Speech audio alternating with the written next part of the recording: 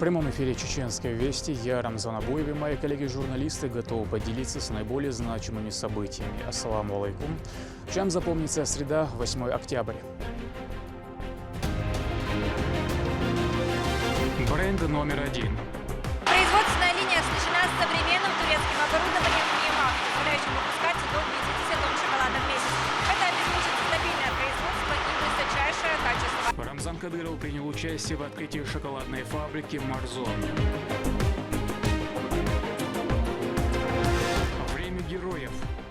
Инициатор – это Государственный фонд «Защитники Отечества» совместно с Министерством спорта Российской Федерации и Паралимпийский комитет Российской Федерации. Чеченские ветераны соревновались за Кубок защитников Отечества в Нальчике. Мастер-план. Одна из основных специализаций главного института была строительная отрасль. Поэтому у нас есть чем поделиться. Мы рады тем, что мы смогли наши вузы восстановить. Эксперты ищут ключ к прорывному развитию особой экономической зоны Грозный.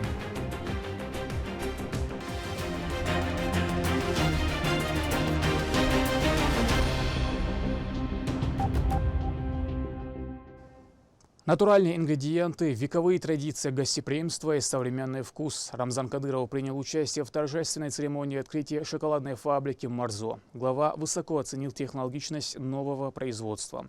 О том, сколько видов шоколада вошли в ассортимент, в репортаже Медины Мударовой. Торжественное открытие первой шоколадной фабрики «Марзо» посетили почетные гости Рамзан Кадыров и первая леди Чеченской Республики Медни Мусаевна. Руководитель субъекта дал официальный старт работе и отметил высокий уровень организации и технологичности производства.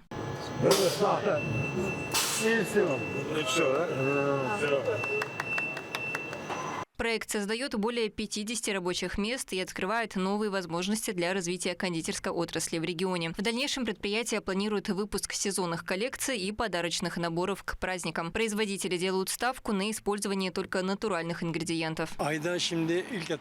Я работаю в сфере производства шоколада уже 39 лет и основал фабрику во многих странах. Фабрика в Чеченской Республике является одной из лучших среди них. Присутствие на открытии главы республики Рамзана Кадырова для нас большая честь и в то же время хорошая мотивация. Наша главная цель – предложить рынку шоколада, не содержащий пальмового масла, добавок и вредных химических веществ. На данный момент фабрика выпускает 3 вида шоколада. Ассортимент также дополнен подарочными упаковками. Производственная линия оснащена современным турецким оборудованием ЕМА, позволяющим выпускать до 50 тонн шоколада в месяц. Это обеспечит стабильное производство и высочайшее качество продукции. Шоколад «Марзо» – это сочетание натуральных ингредиентов, традиций гостеприимства и современного вкуса, созданного в сердце Чеченской Республики. Медина Мударова, Магомед Басаев, Сайтель Мампукаев при поддержке пресс-службы главы и правительства Чеченской Республики «Вести Чеченская Республика». Владимир Путин своим распоряжением наградил внучку первого президента Чеченской Республики, героя России Ахмата Хаджи Кадырова Хадижат почетной грамотой президента. Об этом глава сообщил в своем телеграм-канале. Награда присуждена за активное участие в подготовке и проведении общественно значимых мероприятий. Несмотря на юный возраст, Хадижат Кадырова внесла весомый вклад в развитие региона. Она активно проявила себя на ответственных участках, от начальника департамента дошкольного образования мэрии Грозного до первого заместителя руководителя администрации главы и правительства. Глава особо отметил, цитата, «Хадижат активно представляет Чеченскую Республику на федеральных и международных площадках, участвует в масштабных форумах и саммитах, демонстрирует современный, образованный и духовно богатый облик чеченской молодежи». Конец цитаты. За активное участие в подготовке и проведении общественно значимых мероприятий награждается почетной грамотой президента Российской Федерации Кадырова Хадижат Рамзановна. Президент Российской Федерации Владимир Владимирович Путин.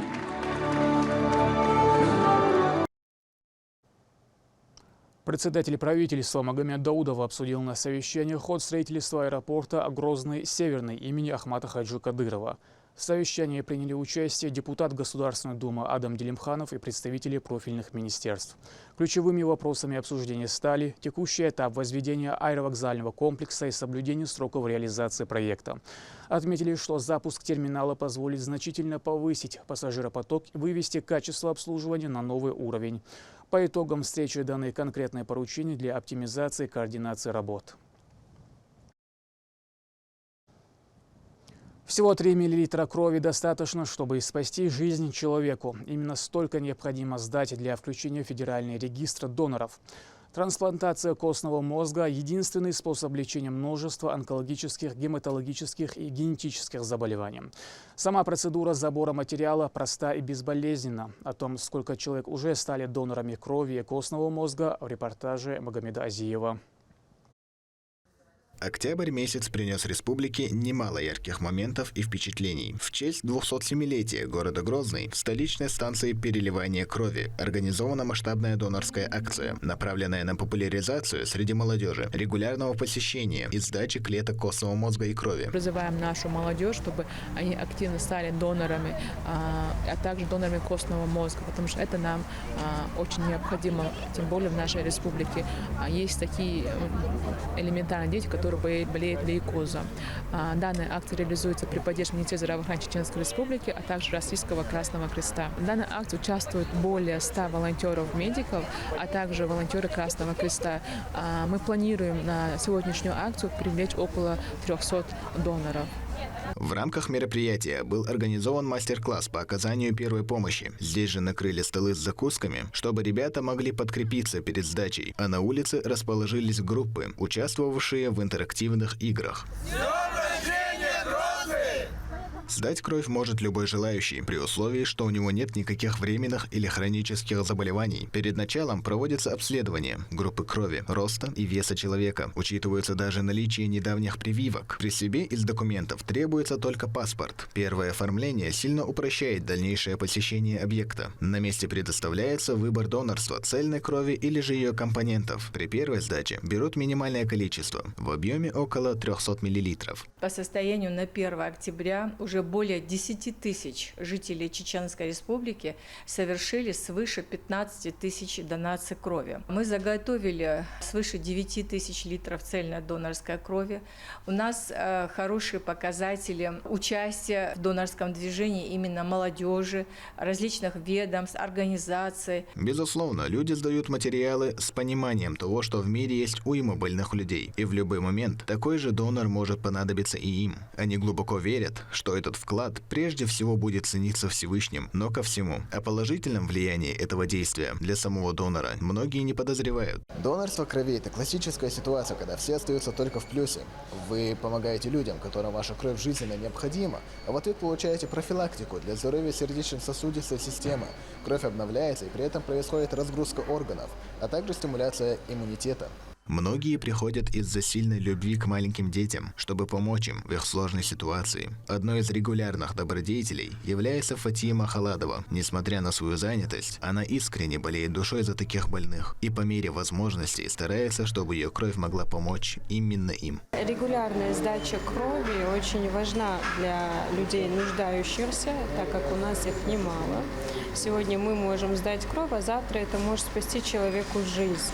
Такие акции – яркий пример современного подхода к донорству, где физическая помощь, знания и человеческая забота сливаются воедино. В совокупности они же и создают прочный фундамент для здоровья общества. Магомед Азиев, Джабраил Хаджиев и Магомед Тутаков. Вести, Чеченская Республика. Реализация проекта развития кластера производства строительных материалов на особой экономической зоне Грозный обсуждали в чеченской столице. В переговорах приняли участие представители республиканской власти, руководство ведущих компаний и научного сообщества. Развитие этой производственной площадки является одним из приоритетных направлений мастер-плана развития республики до 2035 года. Детали обсуждения в репортаже Турпалали Тайсумова. Участники обсуждения проекта развития кластера производства строительных материалов в Северокавказском федеральном округе делятся своим опытом в направлении промышленных предприятий. Цель их встречи – дальнейшее улучшение особой экономической зоны промышленно-производственного типа «Грозный». Регион всегда отличался тем, что наши жители очень много занимались стройками и имели большой опыт. Сегодня у нас в регионе есть один из старейших вузов в стране, нефтяной институт, который прям специализировался. Одна из основных специализаций для нефтяного института была строительная отрасль. Поэтому у нас есть чем поделиться. Мы рады тем, что мы смогли наши вузы восстановить. И то, что их престиж опять вернулся на уровень тот, что был и 40 лет назад, и 50 лет назад. В качестве примера была обсуждена деятельность работы Чеченцемента и ряда других предприятий, работающих на территории субъекта и наращивающих свое производство. Они поделились историей развития и взаимодействия с инвесторами. В конце этого года мы сможем завершить строительные работы на этом объекте. И условно в апреле месяце мы настаиваемся, что будет объект дан монтажниками нам для эксплуатации. Проект имеет в сегодняшних реалиях очень даже не столько экономическое, сколько политическое. На встрече присутствуют представители иностранного бизнеса, маркетинга, развития особой экономической зоны в России. Гости отзываются о субъекте как о хорошем примере стратегического партнерства. Когда я здесь, в гостинице, я вечер смотрел в телевизию и смотрел я огромные успехи у Дня города Грозный на строительстве. Это интересно очень для нас, потому что у нас цензура российской телевизии. В западнее и Брюссель принес эту цензуру. И этот вопрос был одним из больших вопросов у выбору до Государственной Думы в Чехии прошлую неделю.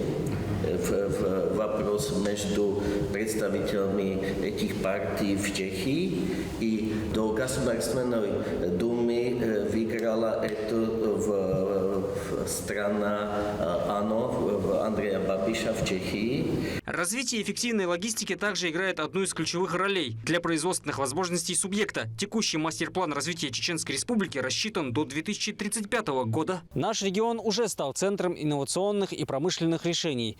И мнение от иностранных гостей говорит об огромном доверии. Совместным трудом можно добиться гораздо большего, которое будет полезно обеим сторонам. Турпа Лолита Исумов и Адлан Хусаинов. Вести. Чеченская Республика. Команда Грозненского нефтяного университета получила премию «Самая активная стартап-студия страны». Только за последний год создано 12 новых стартапов, а общее число проектов в портфеле достигло 40. Церемония вручения состоялась в Москве, а формирование ГГНТУ как технологического лидера в репортаже Рабят Гайтиевой. В рамках премии Moscow Startup Summit 2025 Грозненский государственный нефтяной технический университет имени Миллионщикова забрал престижную награду. Самая активная стартап-студия страны, вырвавшая среди тысяч заявок из 79 регионов. Награду получал лично ректор университета Магомед Минсаев и директор студии Мансур Арсонукаев. Да, спасибо большое, спасибо организаторам. На самом деле, честно, неожиданно. Вот я думал, скорее всего, наверное, Томску. МФТИ вряд ли второй раз. Думал, 100% назовут Томск. Мы за них, конечно, порадовались, но за себя радуемся еще больше. Спасибо. Но что стоит за этим трофеем? Высокая оценка на федеральном уровне – это результат ежедневной работы, которая ведется в стенах университета. И вот она, кузница инновационных идей и кадров, где ведется работа, которая превращает обычные студенческие идеи, рожденные за этими столами, в настоящие бизнес-проекты. Идея, исследование, прототип. Из этого состоит день стартап-студии. Каждый здесь верит, что его проект может изменить мир к лучшему. Мы подключаем примерно мобильное устройство для зарядки. И у нас зарядка начинает идти, то есть на данный момент от встроенных аккумуляторных батарей. Уже более года Адам Такаев работает над интегральным генератором электрического тока. Сейчас разработка приобретает особую популярность на фоне активного развития зеленой энергетики в Чеченской Республике. Этот генератор – еще один шаг в формировании экологического будущего в регионе. Сейчас на ваших глазах представлен первый прототип. Мощность данного прототипа 3 киловатта. Плюс встроенная емкость аккумуляторных батарей на 1,3 киловатта. Сейчас мы до конца года будем собирать новый прототип. Он более массивный, чем нынешний, но и по мощности он будет в 2 раза мощнее. А это детектор беспилотников. В отличие от многих других проектов, это устройство уже преодолело стадию испытаний. Успешно прошло все проверки и готово к практическому применению. Это портативное устройство для раннего выявления беспилотных летательных аппаратов. То есть это немаловажно для обеспечения безопасности населения и инфраструктуры. То есть основной принцип работы, то есть он сканирует излучаемый дронами радиосигнал в процессе полетов. Сама идея у нас зародилась в 2024 году, когда к нам пришел запрос от одного из министерств Чеченской Республики по национальной политике печати и информации. То есть им было необходимо разработать аналоговый вариант зарубежной системы по выявлению беспилотных летательных аппаратов, поскольку импортные решения, то есть устройства, они были слишком дорогими и формировали технологическую зависимость. Тут же усердно трудится над инновационным водородным генератором. Разработка уже вызвала интерес у промышленных предприятий, поскольку позволяет не только снизить выбросы, но и оптимизировать себестоимость топлива. Мы занимаемся разработкой водородных генераторов, которые устанавливаются на транспорт для экономии топлива. Мы проектом занимаемся уже с 2023 года. У нас уже есть установленные результаты. Наши реакторы экономят до 30% топлива. Наше первое испытание показали сначала на генераторе топливном и на рабочей газели. Мы это для нас подтвердили.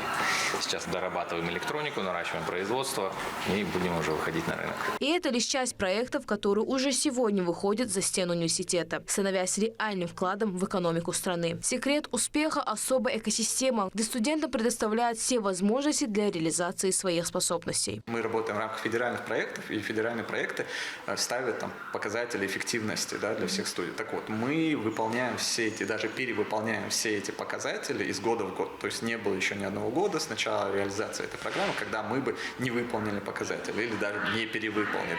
И это касается всех направлений. Опять-таки, например, у нас там почти каждый стартап запатентованных разработок. Во-вторых, у нас есть стартапы, которые уже генерируют выручку. Полученная награда не финиш. В планах у студии масштабировать как можно больше своих разработок и привлечь крупных инвесторов, чтобы вывести регион и всю страну на мировой технологический уровень. Рабиат Гайтиева, Ислам Ибрагимов, Магомед Ахматов. Вести, Чеченская Республика. Профессиональные боксеры выходят на финишную прямую подготовки к главному событию осени – турниру «Ахмат Озон». Программа вечера обещает зрителям два захватывающих главных поединка за престижные титулы. Основной карт также переполнен интригующими боями с участием воспитанников клуба «Ахмат». О настрое бойцов репортаж Турпалали Тайсумова.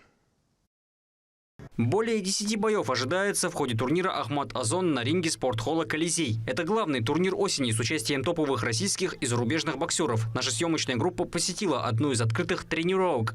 Меньше 2 суток остается до грандиозного вечера профессионального бокса. Все участники имеют отменную подготовку, судя по их разминке, на ринге. А это значит, жарко будет с первого гонга. У каждого из них своя методика подготовки. Конечно, важна и поддержка тренерского штаба. В беседе с нами спортсмены поделились, кто и как настраивался на турнир. Подготовились хорошо, сбор прошел нормально, мы готовы боксировать. Вот будем послезавтра выходить и боксировать. Стоит отметить, что зрители ожидают 2 титульных поединка за вакантные пояса WBA International в бриджервейте, в которых сойдутся чеченский боксер Умар Саламов против Юрия Кашинского, и WBA Континенталь, за который сойдутся Асланбек Эдиков и Евгений Шведенко. Я готовился в Москве, в своем в лагере, где я обычно прохожу подготовку. Готовился как к самому серьезному бою в своей карьере. 2 месяца упорных тренировок. Чувствую себя хорошо. В целом я доволен. Сейчас идет, скажем, подгонка веса. Вот последний день, завтра взвешивание. Подгонка веса и настраиваемся на бой. А так, по сопернику я могу сказать, такой опытный, хороший. Все эти зрелищные поединки зрители смогут увидеть уже 10 октября. Главное быть вовремя, чтобы не пропустить ни одной встречи. С каждым раундом будет все интереснее. Турпалали Тайсумов, Джабраил Хаджиев и Руслан Магомадов. Вести, Чеченская Республика. 7 предметов, одна цель. Всероссийская олимпиада школьников. В республиканском образовательном комплексе «Квант» проходит интенсивная смена для победителей муниципального этапа и тех, кто прошел очный отбор. О том, сколько часов у ребят ежедневно уходит на учебу, в репортаже Лимды Джамалдиновой. Жидкость, у которой плотность 100 килограмм на кубический метр, это что за жидкость у нас? Вода. Это не школа в привычном понимании, а кузница талантов. В республиканском комплексе общего и дополнительного образования «Квант» стартовала специальная смена. А вот и они, главные герои этой смены, лучшие умы нашей республики, которые прошли строгий отбор, чтобы всего за 2 недели сделать рывок к вершинам Всероссийской Олимпиады. С ними занимаются не просто учителя, а настоящие тренера чемпионов. Учебный план включает 6 академических часов в неделю. Всего в смене 44 учащихся. 7 ключевых направлений стали полем для битвы умов. От фундаментальной точности математики и IT-магии информатики до сложных связей обществознания и безграничных горизонтов английского языка. Химия, биология, физика. Здесь каждая наука находит своих преданных последователей.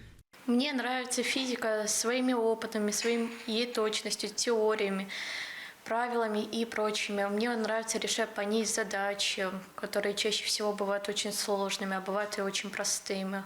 Педагоги, которые работают с учениками, это проводники в мире науки и мастера своего дела, чья задача не просто дать знания, а разжечь искру любопытства, научить мыслить нестандартно, выходить за рамки и видеть решения там, где другие лишь условные задачи. Селима Абу-Муслимова уже 4-й год с большим удовольствием занимается любимым делом. Она отлично ладит с детьми и своей методикой преподавания поджигает у них интерес к учебе. Сначала дети самостоятельно пытаются решить эту задачу, а только потом мы вместе думаем над ответом. Но изначально Олимпиада это не есть легко, поэтому, конечно, бывают трудности. Иногда получается, иногда не получается. Иногда у нас одна задача занимает много времени, но это нормально. То это и олимпиадные задания. Важно понимать, что для взлета мысли нужна надежная стартовая площадка, и «Квант» обеспечивает ее на все 100. Для создания оптимальных условий подготовки участникам предоставлено проживание в комфортабельных кампусах на территории комплекса и организовано полноценное 6-разовое питание. Все за счет государства. Основной задачей смены является углубленная подготовка школьников, развитие их способностей и повышение шансов успешного прохождения предстоящих этапов Всероссийской Олимпиады. Лимда Джамалдинова, Магомед Басаев, Руслан Магомадов, Вести, Чеченская Республика. Метание ножа, настольный теннис, стрельба из лука. 7 дисциплин и цель развития адаптивного спорта. В Нальчике состоялись соревнования на Кубок защитников Отечества. Чеченский ветеран специальной военной операции активно принял участие в состязаниях. Репортаж Магомеда Азиева. Мероприятие организовано в столице Кабардино-Балкарской республики для развития адаптивных видов спорта среди различных групп населения Северокавказского федерального округа. Полное финансовое обеспечение участников из Чеченской республики, включая трансфер и проживание, взяла на себя региональное министерство спорта и физической культуры.